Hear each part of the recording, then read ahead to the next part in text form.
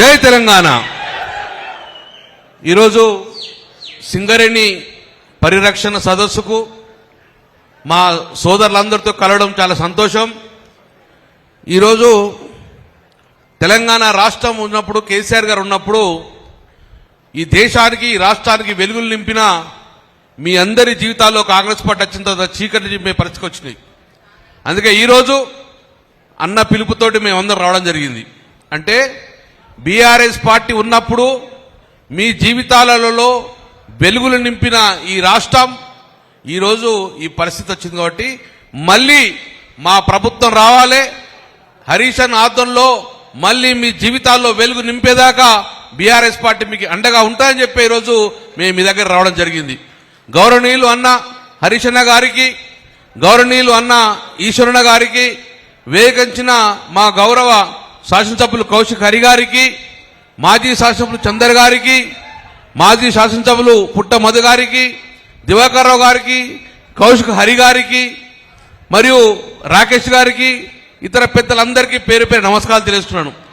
ఎక్కువ అన్న సింగరేణికి మాట్లాడతారు, నేను ఎక్కువ సమయం తీసుకోను.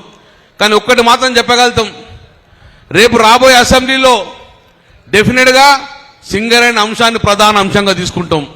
మా అన్న డిప్యూటీ ఫ్లోర్ లీడర్ గారు ఇదివరకు అన్ని అంశాలు తీసుకున్న వల్ల ప్రభుత్వం భయపడ్డది.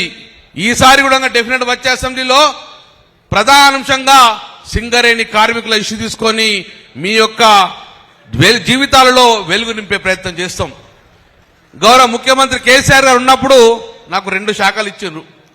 ఒకటి సివిల్ సప్లై శాఖ, 2 బీసీ మంత్రిత్వ శాఖ. సివిల్ సప్లై శాఖలో మీరు అందరు రోజు చూస్తున్నారు పంట కొనుగోలు. ఒక్కసారి చూస్తే 10 సంవత్సరాలలో ఈ రైతులు పంట అమ్ముకోవాలంటే 10 సంవత్సరాలలో వాళ్ళ జేబు నుండి డబ్బులుగా రైతులు పంట పండించిన పంట అమ్ముకున్నారు. కరోనా సమయంలో కూడా మేము పంట కొనుగోలు పరిచేసినాం. ఈరోజు మొన్న పోతే రైతులు ఏడుస్తున్నారు. పంట కొనుగోలే పరిస్థితి లేదు. ఎందుకంటే రాష్ట్ర ప్రభుత్వం చేతి ఎత్తేసింది. పంట కొనుగోలు చేస్తే ఈ రైతుకు డబ్బులు కట్టాలని చెప్పేసి ఆ యొక్క రైతుకు అన్యాయం చేసింది. రెండోది, బీసీ మంత్రిత్వ శాఖలో కళ్యాణ లక్ష్మి అనే పథకాన్ని ప్రవేశపెట్టింది కేసీఆర్ గారు.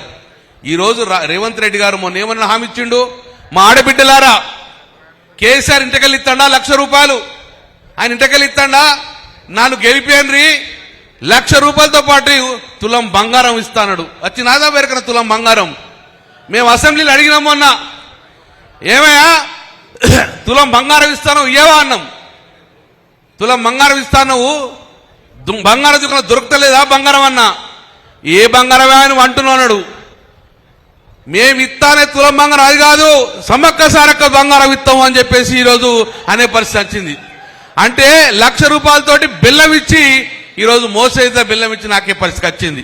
అందుకే మా కౌశిక్ చెప్పింది ఇప్పుడే, ఎవరన్నా నేను హీరోలాగా ఉండాలనుకుంటాడు, ఎవరన్నా ప్రధానమంత్రి కావాలనుకుంటే ఆ రోజు పివి నరసింహరావు ప్రధానమంత్రి చేయాలనుకుంటాడు, వాజ్పేయి లాగా ఉండాలనుకుంటాడు, ముఖ్యమంత్రి ఉండాలంటే ఎన్టీ రామారావు ముఖ్యమంత్రి ఉండాలనుకుంటాడు.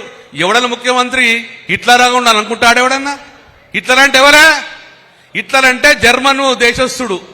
ఆ హిట్లర్ బాధ భరించలేక జర్మన్ వాస్తవుడంగా ఈ రోజు హిట్లర్ అంటే ఆయనను ఉంచే పరిస్థితి వచ్చింది. అలాంటి వ్యక్తిని ఈరోజు ముఖ్యమంత్రి పోల్చుకున్నాడు. లాస్ట్కి హిట్లర్ బతికేమైంది తెలుసా?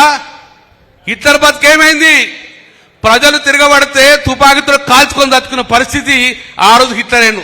ఆయనతో పోల్చుకుంటూ మరి రేవంత్ రెడ్డి లాస్ట్కి రాష్ట్రాన్ని ఏం చేసే పరిస్థితి వచ్చింది. కాబట్టి అందుకే సోదరులారా, 10 సంవత్సరాల అరణ్యవాసం అయిపోయింది. రేపు రాబోయే కాలంలో డెఫినెట్ గా బీఆర్ఎస్ ప్రభుత్వం వస్తుంది. ఈ తెలంగాణ రాష్ట్రంలో మళ్ళొకసారి వెలుగులు నింపుతాయని చెప్పేసి అందుకే 1 సంవత్సరాల కాలం ఈ రోజు ఓపిక పట్టాలని చెప్పుకుంటూ మనస్ఫూర్తిగా కోరుకుంటూ మీ అందరికీ పేరు పెట్టిన ఉద్యమం. జై తెలంగాణ. Thank you sir. దయచేసి